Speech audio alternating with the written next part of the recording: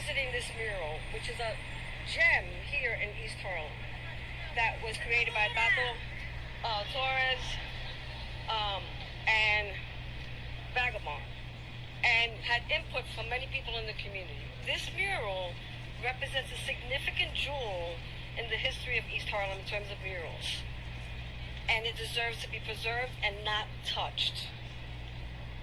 And for those people that think that, you know, that this needs to come down, I'm just letting folks know on this block who love this mural, business touching this.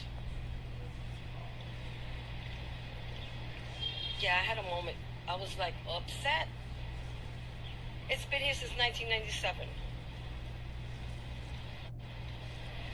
I mean, do they even know what this is based on? You know, the poem Las Dos Alas. Why? Why do people come into the neighborhood and think that they could do stupid shit?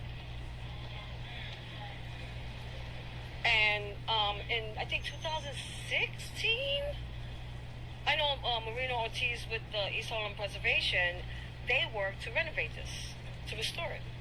So this is a significant mural here in the community. The landlord doesn't have a problem with it. The community does not have a problem with it.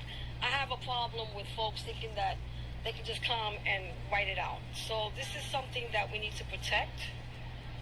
It's been here for the longest, and I'm just a little bit tight. Posts that this person did their research and yeah, this needs to come down. You ain't touching this shit.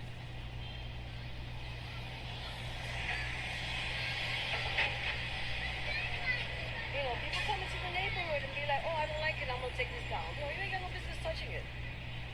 No business. So I'm just letting the folks up the block know to keep an eye out. I've already talked to the 23rd precinct. See, this is it, right here. Cuba y Puerto Rico son una pájaro de los alas, dos alas. Reciben flores. And my Spanish sucks.